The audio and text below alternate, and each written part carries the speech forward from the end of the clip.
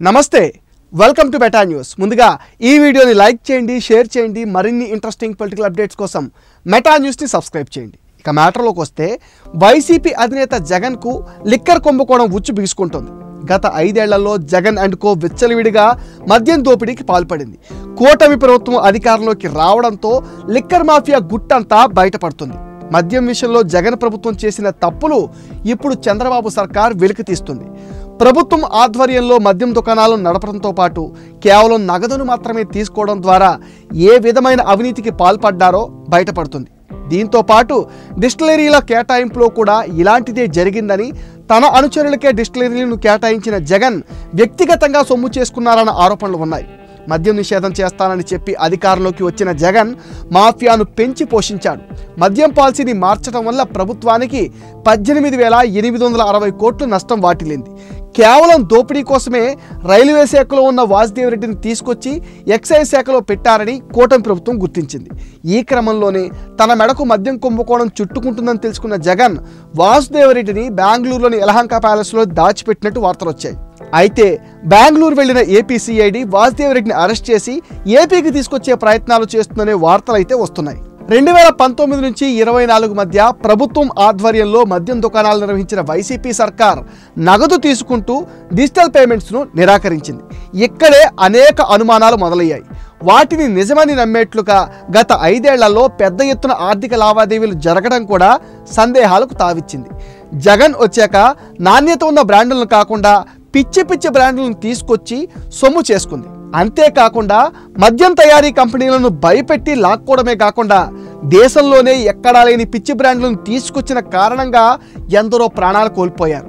నాణ్యత లేని మద్యం తాగిన కారణంగా ఇప్పటికీ కిడ్నీలు, లివర్లు పాడై ఎంతో మంది దిక్కుతోచని స్థితిలో మంచాల పడి ఉన్నారు.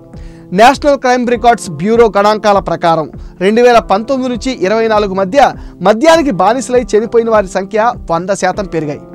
మానసికంగా లైంగిక వేధింపులు 76.40% పెరిగాయి. ఊపిరితిత్తులు పాడైన వారు 52%, కిడ్నీలు పాడైన వారు 54% పెరిగారు.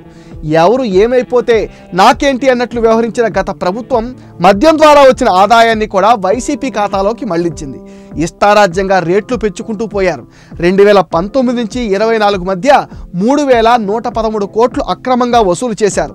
5 ఏళ్ల పాటు అమ్మిన మద్యానికి డిజిటల్ చెల్లింపుల్లో కాకుండా కేవలం నగదు రూపంలో మాత్రమే 99,413.5 కోట్లు విక్రయించారు. కానీ వాటికి లెక్కాపత్రం లేదు. కొత్తగా వచ్చిన కూటమి ప్రభుత్వం ఎక్సైజ్ శాఖలో ప్రక్షాళన చేపట్టింది. ప్రజల ఆరోగ్యాన్ని దృష్టిలో పెట్టుకుని నాసిరకం బ్రాండ్లను రూపుమాపడంతో పాటు షాపులు, బార్ల పాలసీల్లో డిజిటల్ పేమెంట్లు తీసుకొచ్చే ఆలోచనలో ఉన్నారు సీఎం చంద్రబాబు. అదే సమయంలో వైసీపీ ప్రభుత్వంలో జరిగిన మద్యం దోపిడీ పైన సీఎం చంద్రబాబు సిఐడి విచారణకు ఆదేశించడంతో త్వరలోనే కీలక అరెస్టులు జరిగే అవకాశం ఉంది. లిక్కర్ స్కామ్లో అవసరమైతే ఈడీ సపోర్ట్ కూడా తీసుకోవాలని ప్రభుత్వం భావిస్తుంది. గత ప్రభుత్వంలో మద్యం వ్యవహారాలన్నీ కీలక సూత్రధారులైన వాసుదేవరెడ్డి, కసిరెడ్డి రాజశేఖర రెడ్డిలు చూస్తున్నారనే వార్తలు వస్తున్నాయి.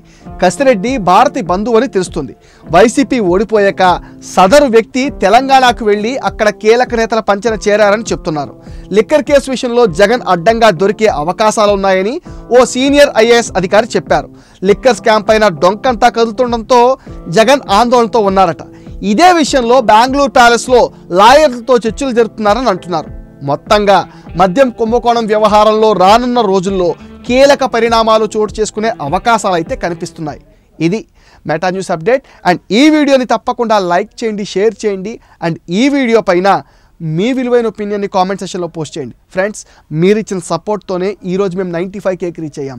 అండ్ ఈ ఛానల్ని 100K చేయాల్సిన బాధ్యత మీదే. దానికి మీరు చేయాల్సిందల్లా ఈ వీడియోస్ని మీ ఫ్రెండ్స్ అండ్ ఫ్యామిలీకి షేర్ చేయండి, మెటా న్యూస్ని సపోర్ట్ చేయండి, సబ్స్క్రైబ్ చేయండి.